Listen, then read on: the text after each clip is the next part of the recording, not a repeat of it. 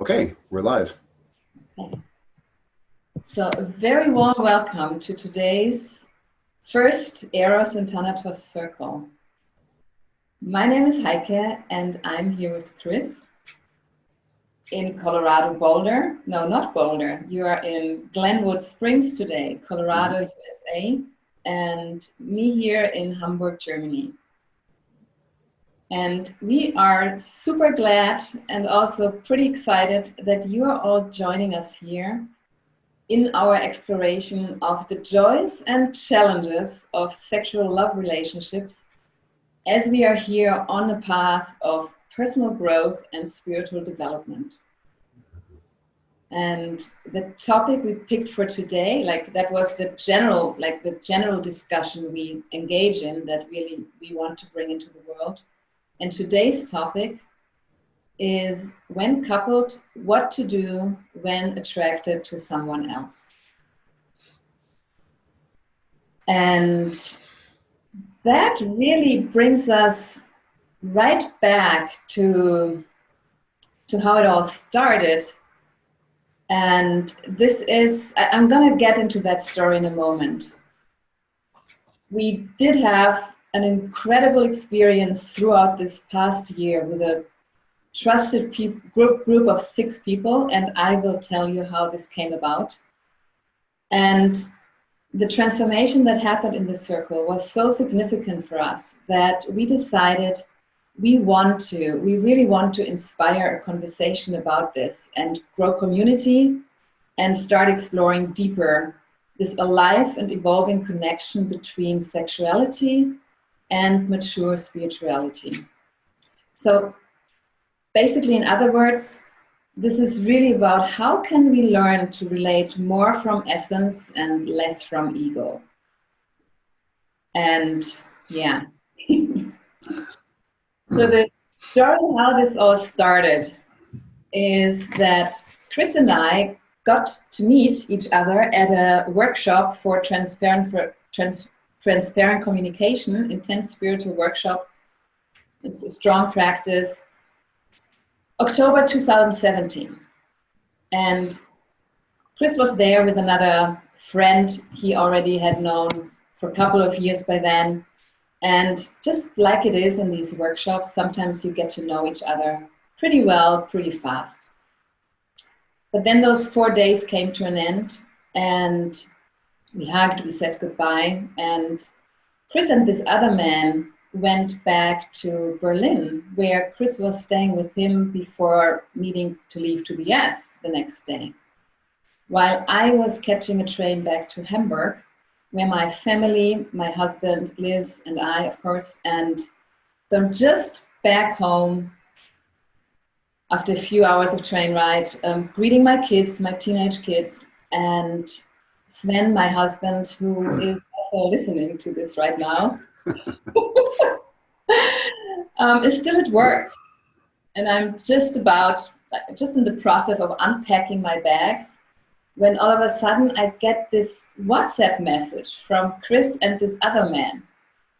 And it just said something like, we miss you, Heike. Don't you want to come to Berlin?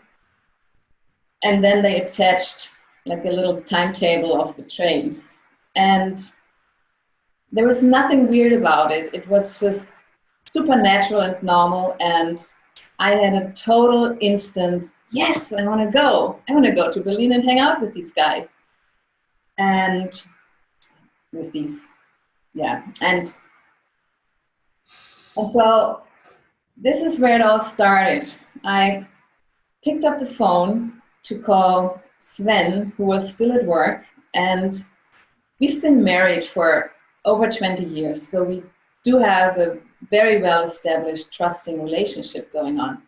So I call him and just tell him, you know what, Sven, this might sound a bit weird, but I'm just back, but now I'm gonna catch another train and go back to Berlin to spend a day, a night with Chris and this other man. And then I'll be back tomorrow. And that's what I did. And from there, from this encounter, and then after this, pretty soon getting in touch with everybody else from like every other, like the partner, like Chris contacts Sven pretty soon after this.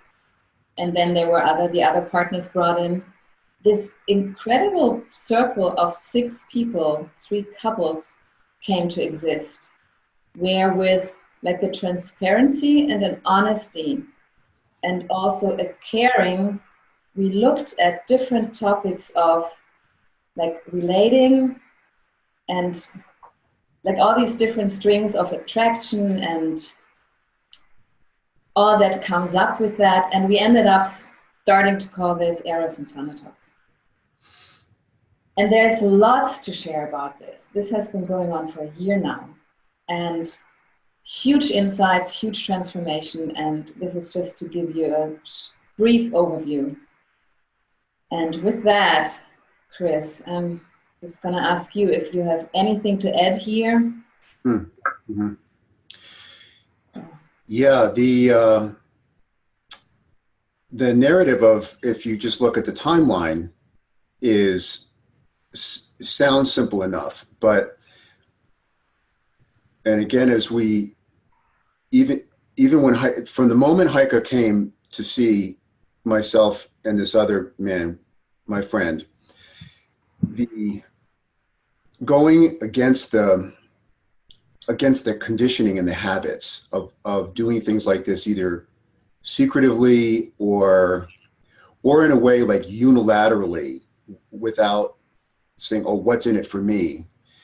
That right away, he and I found some pictures of Sven on Facebook and considered him. And to be really clear, there was some attraction that both myself and this other man had toward Heike. This isn't just, oh, come on down, let's be friends. There was a little bit of intimacy. And so right away, there's a sense of being completely open with what's arising. And I have a sense this is going to be a big theme of this community as this develops, is to the radical nature of being totally open in places where very often we withhold, and the power that has, the transformative power. So just wanted to speak to that. And for anyone that's really new to the situation, again, as far as the numbers, I'm partnered, and Heike, as she mentioned, is married, and this other man at the time was also partnered. And it is the 3 couples and the 6 of us, with some lines of attraction between others not coupled, that has been our container, so to speak. So yeah, that's sort of the story in our history. And certainly when we get to the Q&A part, I'd be glad to answer any questions about that. So I sense that kind of covers the history part. Anything else that comes to mind there before I? Yeah, I would like to just point out that at any time while we are talking here in conversation, you can always use the chat right now as we speak to write down questions for the later part of this. And then we can add, like, as they come up. So use the chat for questions as they come up, and we'll come back to it later. Yeah, excellent point. Yeah, because as we're sharing here for another 15 minutes or so, great opportunity, if anything comes to mind, to pop it in the chat box. So yeah, so that's our story. And I'm going to share just a little bit about sort of the landscape of all of this, the larger, you could say, experiential considerations. So any of us here in this audience who are on the path, caring about and being interested in personal growth and spiritual development, we could, these are different words, postmodern, or releasing ourselves from the conventional, ordinary norms of relating. Very often people, when they come into this more self-aware and spiritually aware orientation to existence, we begin to recognize that we can have any kind of a relationship we want. Now, we're not challenging any norms or beliefs, but one of the more significant apparent truths is that with consent, that people can have, be coupled or not, people can have any kind of a form of a relationship in this more, if you want to call it new age, postmodern, conscious spiritual life. And the thing that really gets powerful here is that when we really commit to being open, being fully transparent, that whatever's going on inside, we share outside, a remarkable thing starts to happen with how we can relate to ourselves and relate to another. This purification of expression, as simple as it sounds, opens the floodgates to remarkable degrees of increased awareness. Even though all we're doing is like relating, it seems so simple. But very often when we relate, we are withholding, or we're putting some sort of a mask on that as we express in the world, that people will like us, or what we want how others to see us. So one of the big considerations in this postmodern life, or the new age considerations, or being more, practicing to be more awake and more conscious, is a commitment to this openness. And not to be dumping on people, but that, so we never leave our friends or our significant others doubting, who is this person I'm with? Where are they coming from? So this radical openness, together with a sense of consent, and of course, this is a really big topic right now in the conscious sexuality world, that with radical openness and consent between any two people, we can have any form of relating, including intimacy, that we want.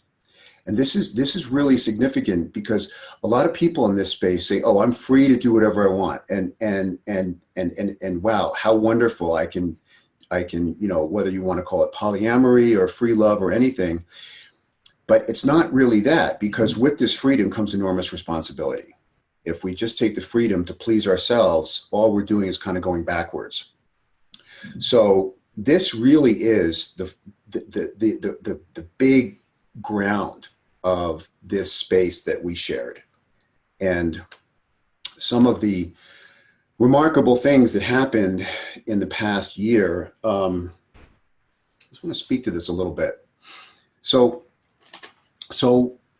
anyone on the call here, when we're drawn to being more awake, or working on our consciousness, or relating more from our presence and essence and less from our egoic or habitual self, there are these characteristics of beingness that show up universally with all people, regardless of age or a culture.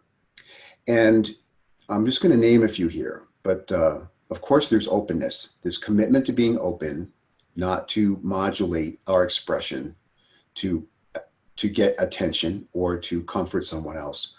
But with that, rather than being selfish, there's generosity that shows up, very significant generosity towards self and another. Our perception begins to really radically open to be able to perceive another and our own experiences without having a preference toward one or the other. But everyone's perception really has value. Far less fear, much more trust, and a kind of curiosity that shows up as to the living nature of this. Now, that may all sound fun and exciting, but those are characteristics of what human consciousness looks like when we are relating more from our essential self or from our presence. So even though that sounds really high-minded, it's the actual experiential aspects of being present and relating more from essence are readily accessible when we just go against our conditioning and our habits that we've become so in an unexamined way aligned with. when we open to these characteristics, there's a sense of aliveness that comes with it, an infusion of a sense of open-heartedness, and very, very powerful. I would say, again, these words don't really match the experience, but an expansion of our beingness, and startling moves where I can give like a very, very significant example when when was this, March or April or so of this year, I was in sort of a crisis point with my current partner. And as far as I could see, like if you want to say blinders on, I had to leave the relationship. So I was really like attached to my perception about that. And we all sometimes don't even question this. And then by bringing this to the group, not as like a rescue mission, but up to this point in time, we've been very committed to just share everything. And again, not a kind of dumping, but if anybody was in joy or distress, that we would share it, and then get reflection from others. So with Sven being here, and there's something in the path where they've called things essential moments. You never forget them. It's like a photograph that gets burned into your recollection. So I'm really upset in this sort of like my own perception. And then Sven asked, well, what was really so bad? What was so difficult? And something really startling happened where I recognized, I popped out of my space that was like this and sort of like went over here a little bit and then came over here and then came over there. And suddenly I was relating more to myself and the whole situation.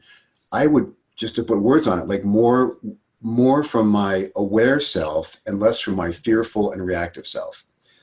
Super powerful. So one of many, many examples, and then one of the men in our circle of 6, lots of drives that many of us have in coupling, of ownership and possessiveness and fear of losing a partner, as he would face these things, and we were there with him without any advice or any criticism, just witnessing and sharing our own response. The movements there, incredible. Things that would normally, I work as a transpersonal psychotherapist, things that would take years to transit, just completely transmuting, conditioning, fears, and habits, transmuting into just loving, generous awareness. Now, this isn't to say it's all beautiful and wonderful, but there's a sense of like peace in the mind, groundedness in the body, and a connection to our aliveness that shows up. And these are all, I don't want to get, again, high-minded here, but these are some of the characteristics of a more awake consciousness, awakening. So going back to what Heike said right at the beginning, sexual love as a vehicle to awaken our consciousness. So that's sort of like the big meta, largest overview here. And anything else you want to share on those big considerations, Heike? Or an experience that you had? Yeah, it's just, for me, I think I'm actually ready to dive into the topic a little bit, or transition into the topic of like this, and we are kind of already in there, of being attracted to others. And when I look at what we experienced this past year, mm-hmm. If any one of us had decided to not be transparent, there would have been so many experiences we could not have had. So, and it seems so ingrained, and I guess that is because, I mean, now we are in a postmodern life where we can kind of choose our relationships. But back then, in the older times, we had to stay married just to like be a community to be able to raise kids and survive. And then there were all these moral constrictions that we don't have so much anymore now. And I mean, even now that we do have the freedom, and we talked about this recently, Chris, there's such a tendency to want to hide. And for me, it's different now, but sometimes it's even hard to admit to myself, when I'm attracted to somebody else. And now it seems very obvious. Of course, there are like many beautiful people around me, and it seems very natural to have attraction for other people.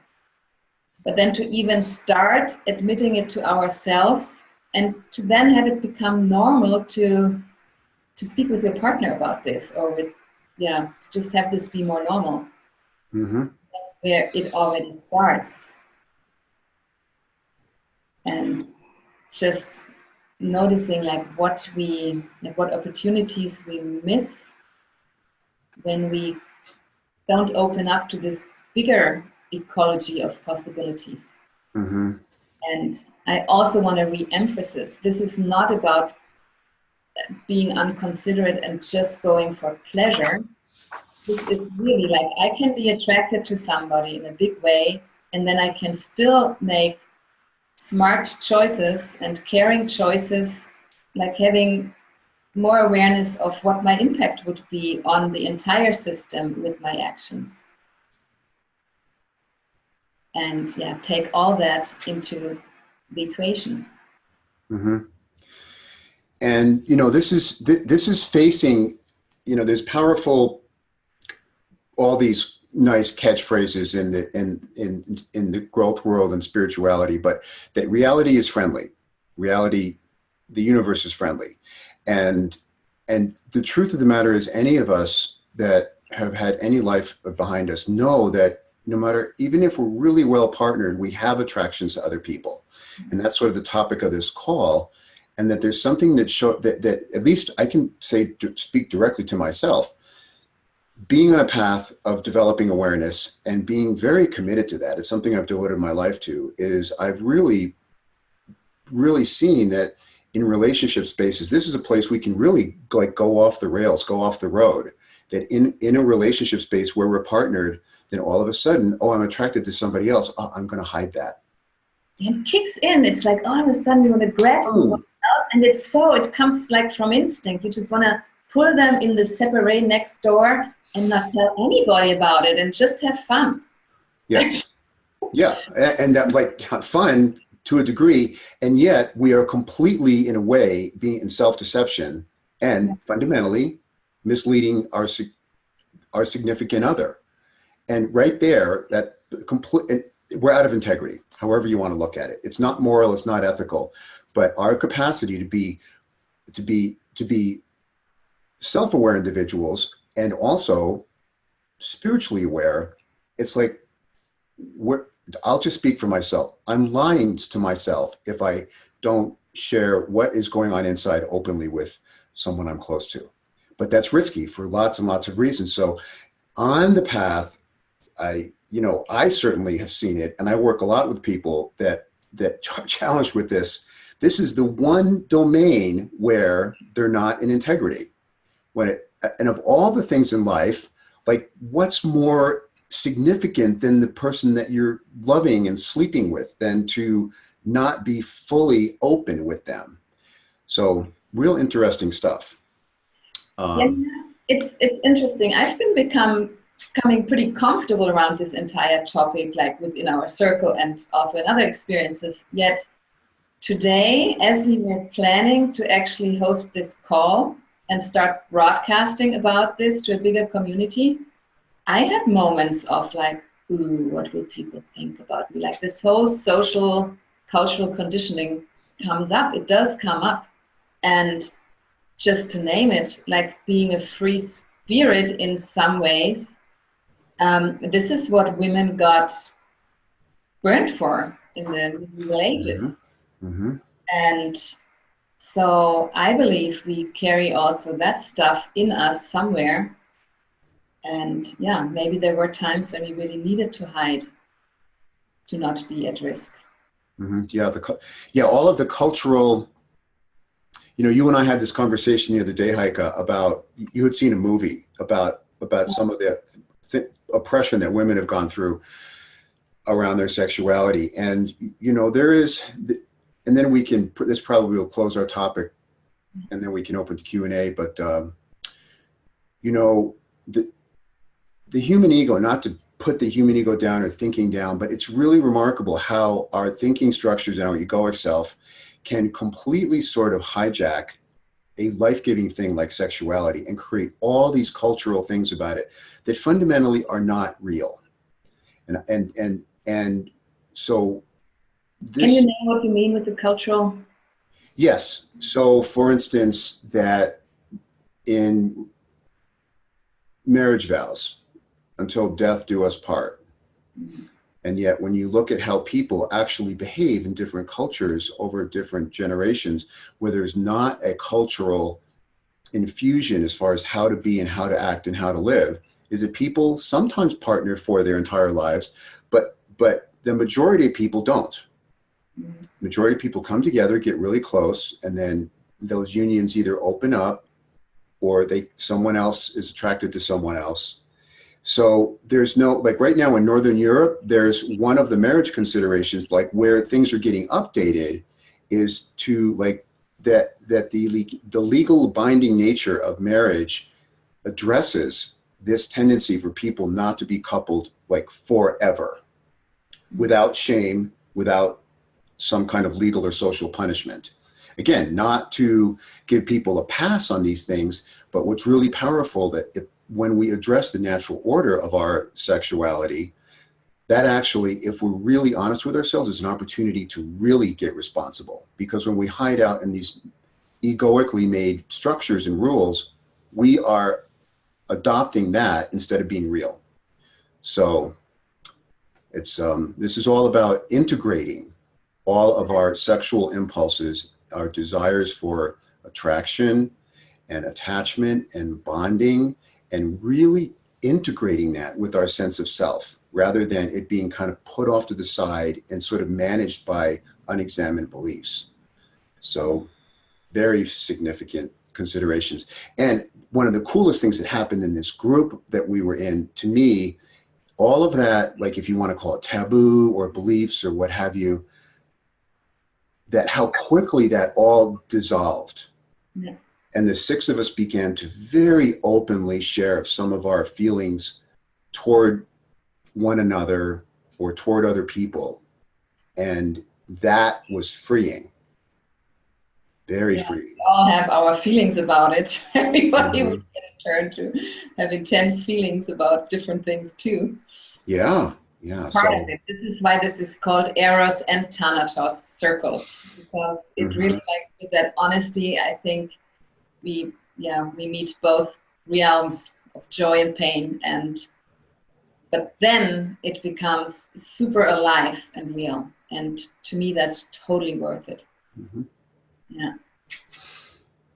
All right, so enormous amounts of considerations on this topic that we could continue to share our experiences and some overviews that I know most anyone in the world of conscious sexuality, hearing these truths is a relief.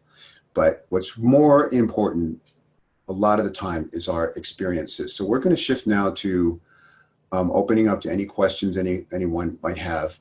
And again, it doesn't have to be, we don't have to stay on this topic. It's an open field. So feel free to raise your hand and bring anything that might be arising for you.